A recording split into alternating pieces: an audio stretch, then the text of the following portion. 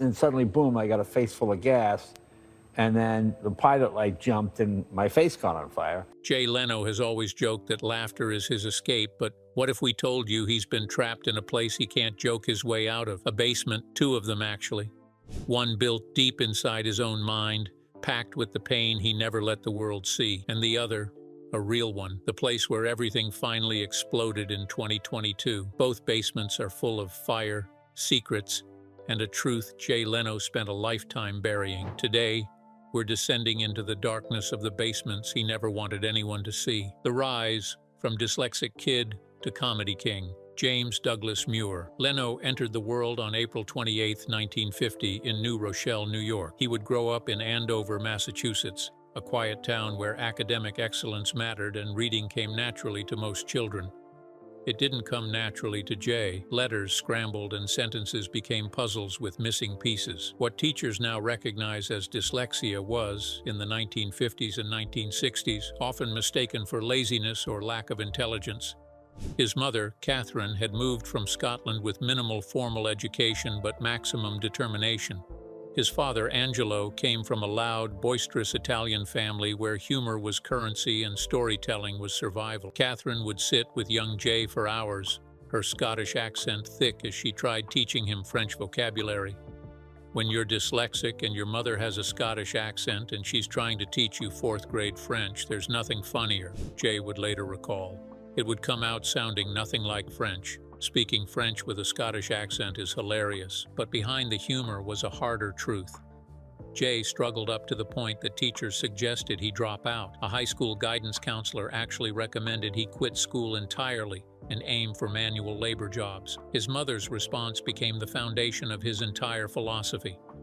You're just going to have to work a little harder than the other kids to get exactly the same thing. Not twice as talented, twice as stubborn, not twice as smart, twice as persistent. Jay attended every class and never missed a day. He developed the ability to memorize what his teachers said to compensate for reading difficulties. He discovered that cue cards worked better for him.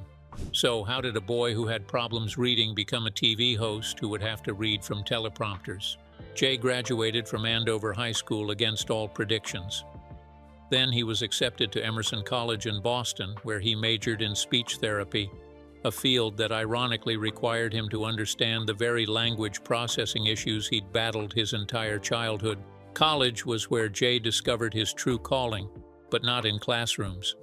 He started performing stand-up comedy in Boston nightclubs, often for crowds of 3 or 4 people. Some nights, nobody showed up at all. He performed anyway, honing his craft in empty rooms, treating silence as his toughest critic. After graduating in 1972 with a Bachelor of Arts degree, Jay moved to Los Angeles, not because he had connections or money, but because that's where Carson was, where The Tonight Show lived, where comedy careers were made. The early years in Los Angeles were brutal. Jay slept in his car, broke into empty houses just to have a roof overhead. Spent one particularly low point sleeping in an alley off 44th Street and 9th Avenue in New York near the Improv because he couldn't afford a hotel. He waited in audition lines that stretched for hours just to get 3 minutes of stage time at midnight. While other comedians complained about the grind, Jay embraced it. 210 performances a year, every year, small clubs, big clubs, prisons, sorority parties. Once he even performed at a brothel. On March 2, 1977, Jay Leno made his first appearance on The Tonight Show starring Johnny Carson. It wasn't his best set, nor was it his worst, but it was enough. Carson noticed something, a work ethic and hunger. Carson saw a man who didn't wait for opportunities but created them through sheer repetitive effort. By 1986, Jay became a regular substitute host. By 1987, he was the permanent guest host. When Jay filled in, the ratings matched Carson's numbers. NBC executives took notice. They realized Jay wasn't just a talented comedian, but a ratings machine. In 1992, Johnny Carson retired after 30 years behind the desk. The decision about his replacement would ignite one of the most infamous feuds in television history, but we'll get to that basement shortly. But Jay became host of The Tonight Show not because he was the funniest, not because he was the most creative, but because he refused to quit grinding when everyone else went home. He hosted The Tonight Show for 17 years initially, then returned for another 4 years after a brief and disastrous primetime experiment. Over 2 decades, he became America's nighttime ritual, the voice that closed out millions of days. However, while America saw a man who seemingly had everything, they couldn't see what was rotting quietly in the spaces Jay kept locked. The friendships that soured, the battles were fought in boardrooms, the marriage that was beginning to tear under pressure no amount of jokes could relieve. Those basements were already being built, brick by brick, secret by secret. The marriage, love, activism, and the slow fade. Speaking of marriages, Mavis Elizabeth Nicholson didn't go to the Comedy Store that night expecting to meet her future husband. She was there to network, to meet people who could help her break into comedy writing. Her friends insisted that she hang out at the comedy clubs, make connections, and get work. If only it was as simple as that. She was seated front row center, which in comedy club layout means you're close enough to see every bead of sweat, every nervous tick, and every moment of genuine fear when a joke doesn't land. Then Jay Leno walked on stage. She thought he was gorgeous. After his set, she headed to the ladies' room, which was located right next to the comedian's hangout area. When she emerged, Jay was standing there. It turned out that he noticed her just as she noticed him. They talked that night, and that was the beginning, but it almost wasn't. Mavis had built her identity around fierce independence. Born September 5, 1946 in San Francisco, she grew up watching 1950s television and seeing a pattern that disturbed her deeply. She would watch The Honeymooners and see beautiful, intelligent women trapped in tiny apartments with husbands who constantly complained about them, who spent every moment strategizing how to escape their wives' company. She vowed never to become one of those women. Marriage, she decided, was a trap designed to diminish women's autonomy. Then she met Jay. Jay wasn't loud and drunk like the men she'd avoided. He didn't drink at all. In fact, one early date involved Jay offering her $35 to go shopping instead of buying her a cocktail at the bar. He was kind, steady, supportive. He listened when she talked about politics and feminism and didn't try to diminish her passion. With Jay, she began to realize that this was the first time she was ever with someone where she had a perfect, calm sense of being at the right place. Then Jay decided to reinforce this feeling. Jay got an insurance policy and realized if something happened to him, Mavis wouldn't be protected. So he decided to propose. His proposal was perhaps the least romantic in Hollywood history. Mavis didn't get an engagement ring. They'd just bought a house. Why waste money on jewelry? They married on November 3, 1980 in a small ceremony at a friend's house. Jay chose that specific date because it was also his parents' wedding anniversary. His mother loved that gesture. Mavis was crazy about Jay's parents and found the shared anniversary meaningful. They made a conscious decision, no children. Mavis took full credit for that choice. She'd seen too many women lose themselves in motherhood, their identities consumed by caregiving. She wanted to keep her independence, her activism, her voice. Jay supported her completely. While Jay became one of the most recognizable faces in America, Mavis built a parallel empire in the shadows. In 1997, she became chair of the Feminist Majority Foundation's campaign to stop gender apartheid in Afghanistan. She testified before Congress, made countless television appearances, used Jay's platform and their combined wealth to shine light on the oppression of Afghan women under Taliban rule. In 1999, she and Jay donated $100,000 to the Feminist Majority Foundation. Her advocacy helped prevent an oil pipeline deal that would have funneled billions to the Taliban regime. In 2002, the Feminist Majority Foundation was nominated for the Nobel Peace Prize, largely due to Mavis's relentless work. "I promised the Afghan women that I am not one of those Americans who has no attention span," Mavis told the Los Angeles Times in 2009, "and as long as this situation persists, I will be in there." She kept that promise for decades, but promises, like memories, eventually fade. By 2021, Jay began noticing subtle changes. Mavis would repeat questions, forget where she was, experience moments of confusion that lasted longer than normal forgetfulness. Then came the moment that shattered him. She didn't recognize him.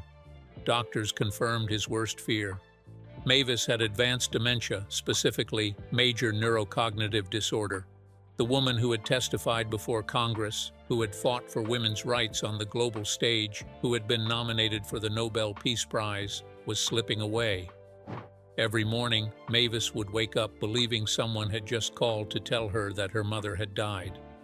For 3 years, Jay watched his wife relive that grief daily, not remembering, just experiencing the loss as if for the first time. Every single day, Jay became her full-time caregiver. He cooked her meals, watched television with her, used flashcards to help her remember familiar faces. Once, he had to remind her that the man in the photo was President Obama, and yes, they'd had dinner together at the White House. He couldn't take her to restaurants anymore, couldn't travel. The woman who loved exploring the world was now confined to their home, to YouTube travel videos, to car rides through familiar neighborhoods. In January 2024, Jay filed legal paperwork that made everything public. He petitioned the court to become conservator of Mavis's estate. The petition sought substituted judgment, meaning Jay needed legal authority to make estate planning decisions for a woman who could no longer make those decisions herself. In April 2024, the conservatorship was granted. Mavis's attorney confirmed she was in agreement with the arrangement and was receiving excellent care with her husband, Mr. Leno. To the outside world, this looked like a devoted husband fulfilling his wedding vows. And it was, but inside Jay's mind, this was a different kind of basement, a psychological one, filled with guilt that he couldn't stop her decline, fear that she would forget him completely, grief for the partnership they'd built over 40-plus years. He tried to joke about it, as he always did. "When I'm carrying her to the bathroom, we do this, and I call it Jay and Mavis at the prom in high school," he told Cott, forcing lightness into an unbearably heavy situation. But the basement of unprocessed emotion was filling up, and basements, both literal and metaphorical, eventually overflow.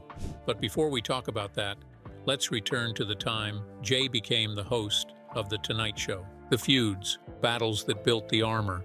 When Johnny Carson announced his retirement in 1991, the late-night television world assumed David Letterman would inherit The Tonight Show throne. Letterman had hosted Late Night with David Letterman directly after Carson's show for a decade. Carson himself preferred Letterman as his successor.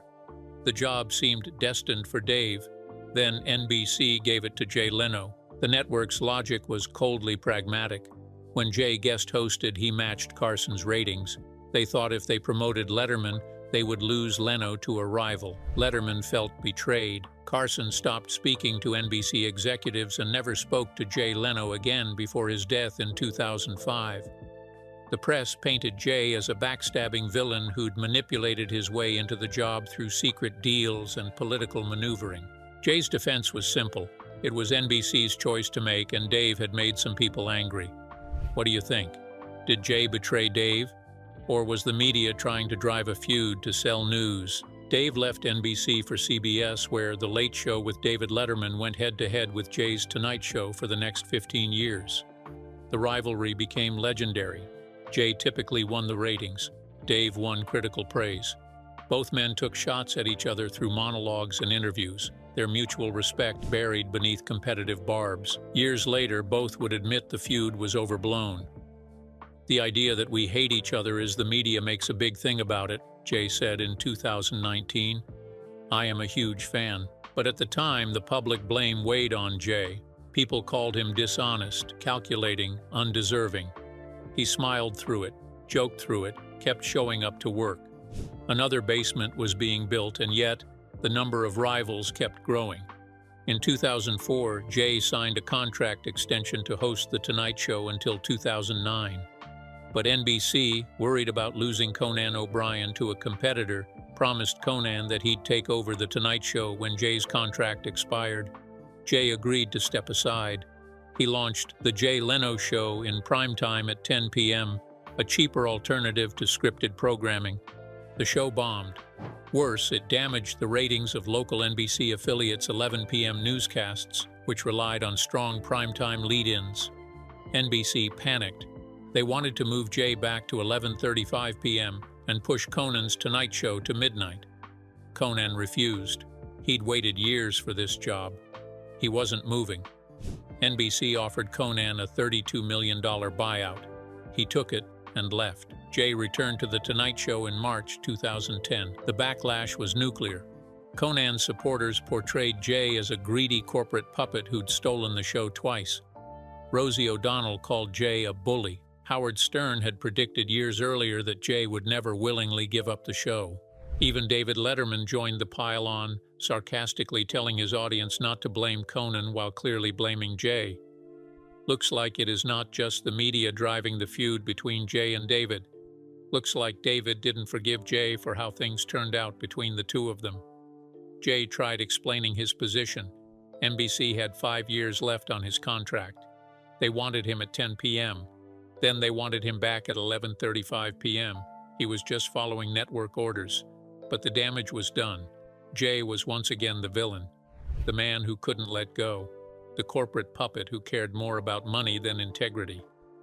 I think I lost a friend at the time, and so did he, Jay said years later about Conan. Another stone in another basement, another burden he didn't know how to process. These feuds shaped Jay in ways the public couldn't see. He learned to swallow criticism, to smile when people called him dishonest, to joke when people questioned his character. He built a fortress of humor around genuine pain. The basement of unexpressed emotion grew darker, heavier, more crowded with things he couldn't say on television, couldn't address in monologues. So he went to his garage, to his cars, to the one place where complexity became simple, where problems had mechanical solutions, where fixing something broken actually worked. That garage, that workshop, that basement beneath his main collection area became his refuge, until it became his nightmare. The fire, when both basements exploded. On November 12, 2022, Jay Leno is beneath a 1907 white steam car in his Burbank garage workshop. The space is technically ground level but feels subterranean due to its layout. It had low ceilings, poor ventilation, the perpetual smell of gasoline and oil, dim lighting from overhead fluorescents. Workers call it the basement. The white steam car is one of Jay's favorite projects. These vehicles are powered by steam generated from gasoline-fueled burners, with a complex system of pipes, valves, and pilot lights. Beautiful machines, dangerous machines. Jay is working with his friend Dave Kalaki. They're trying to unclog a fuel line, a routine repair. Something Jay has done hundreds of times before. Jay crawls underneath the vehicle, positioning himself near the fuel system. "Blow some air through the line," he tells Kalaki, which Kalaki does. Then the blockage gives way suddenly. Gasoline under pressure sprays directly into Jay's face, his eyes, his nose, his mouth, his chest, his hands. For a split second, maybe two, nothing happens. Then the pilot light, still burning nearby, finds the gasoline vapor. The fire doesn't start slowly, it erupts. A wall of flame engulfs Jay's face and upper body. Kalaki leaps forward, pulling Jay away from the car, slamming him against a wall, jumping on top of him, smothering the flames with his own body, cutting off the oxygen that keeps fire alive. The flames die. Emergency services arrive. Paramedics assess the damage. Second-degree burns on his chest and hands. Third-degree burns covering approximately 7% of his body, primarily on the left side of his face. Third-degree burns destroy all 3 layers of skin. They're charred, white, and leathery. They don't hurt immediately because the nerve endings have been burned away. Jay's left ear is burned but intact. His eyes, miraculously, are unharmed. The paramedics want to transport him immediately to Grossman Burn Center in West Hills. It's one of the few specialized facilities equipped to handle severe burns. Jay refuses. "My wife doesn't drive anymore, and I didn't want her stuck and not knowing what was going on," he would later explain. Even engulfed in flames, even with his flesh literally cooked, Jay Leno's first thought is protecting Mavis from confusion and fear. He goes home first, makes sure she's okay, then he goes to the hospital. Dr. Peter Grossman, director of the Grossman Burn Center, takes over Jay's care.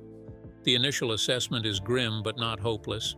Burns covering 7% of the body are relatively serious, Dr. Grossman explains, but survivable with aggressive treatment.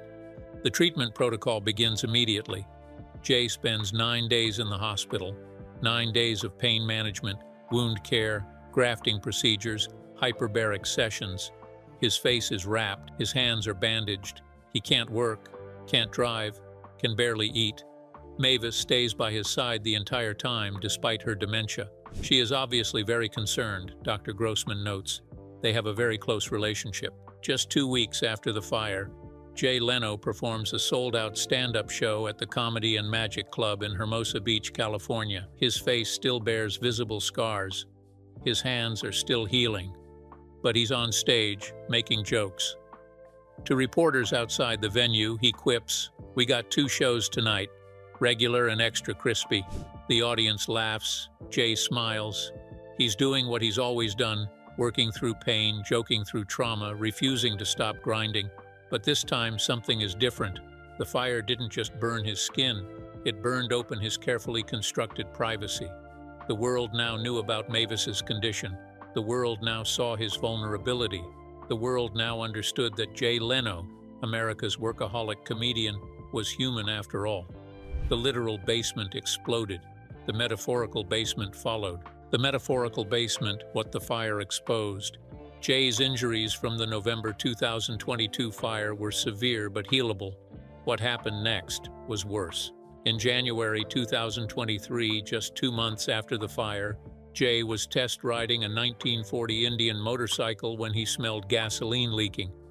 He turned down a side street, cut through a parking lot, and was clotheslined by a wire someone had strung across the lot without any warning flags. The impact knocked him off the motorcycle. He broke his collarbone, cracked 2 ribs, broke both kneecaps.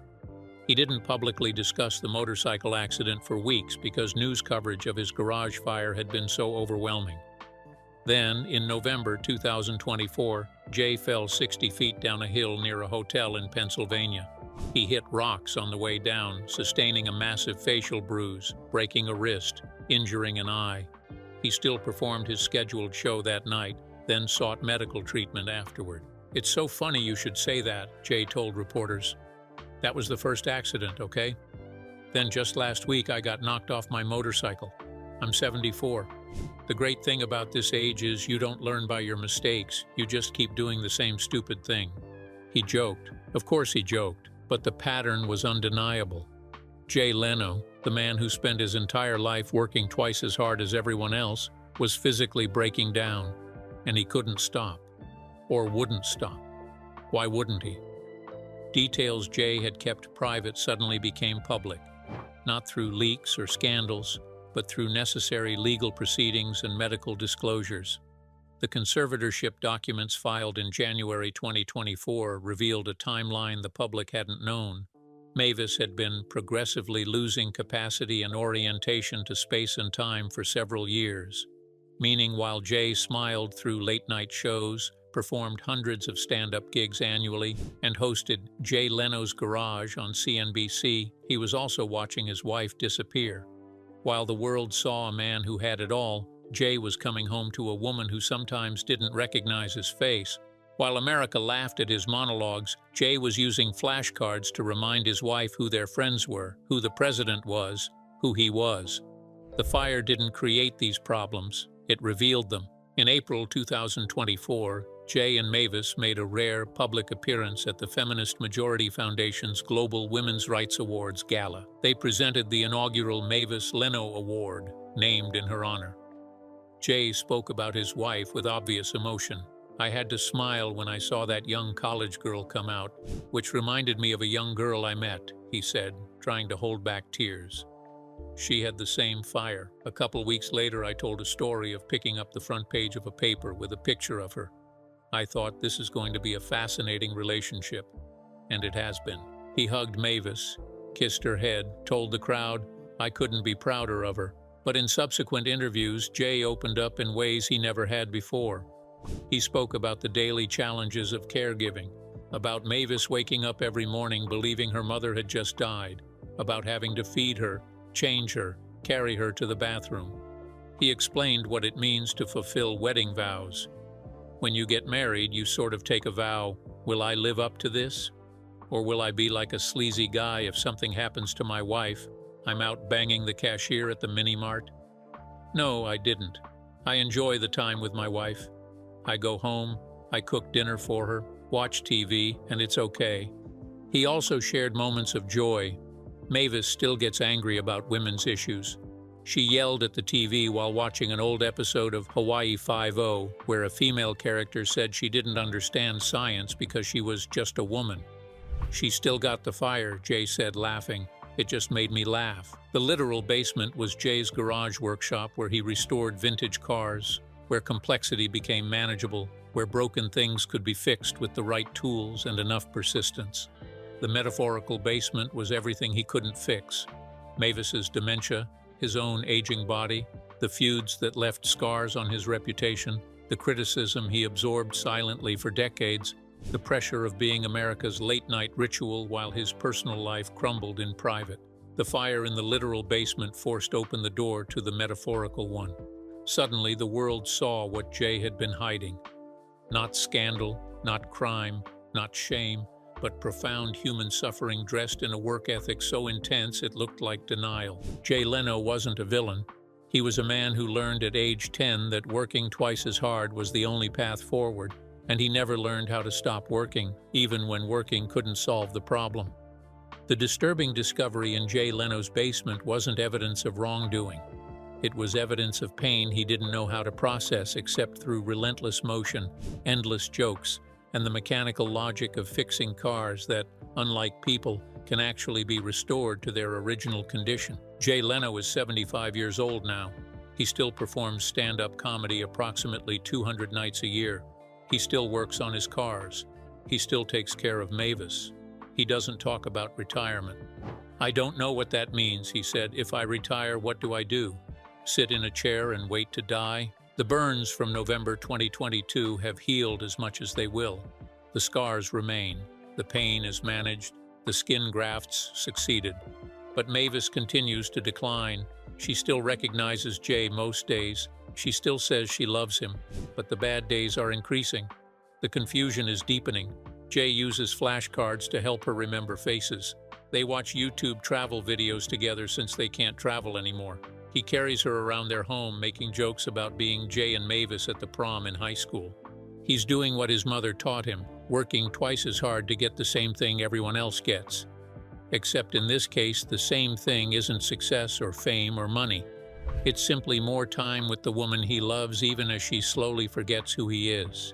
The disturbing truth discovered in Jay Leno's basement, both literal and metaphorical, is this. The man who made America laugh for decades by never complaining, never stopping, never admitting weakness, was hiding a lifetime of unprocessed grief, exhaustion, and love so deep he didn't know how to express it except through endless work.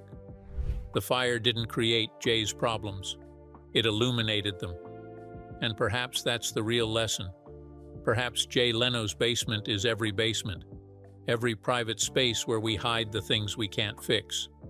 Every workshop where we pretend complexity can be solved with the right tools. Every metaphorical room where we store pain we don't know how to process. Jay Leno survived the explosion, both explosions. The garage was rebuilt. The skin was grafted. The show went on. But the basement, the real basement, the one built from decades of swallowing criticism and absorbing pain and refusing to quit, that basement finally opened. And what the world discovered inside wasn't shameful, it was heartbreaking, human, and disturbingly relatable. Thanks for watching. Hit that like button and subscribe for more of our videos, and we'll catch you in the next one.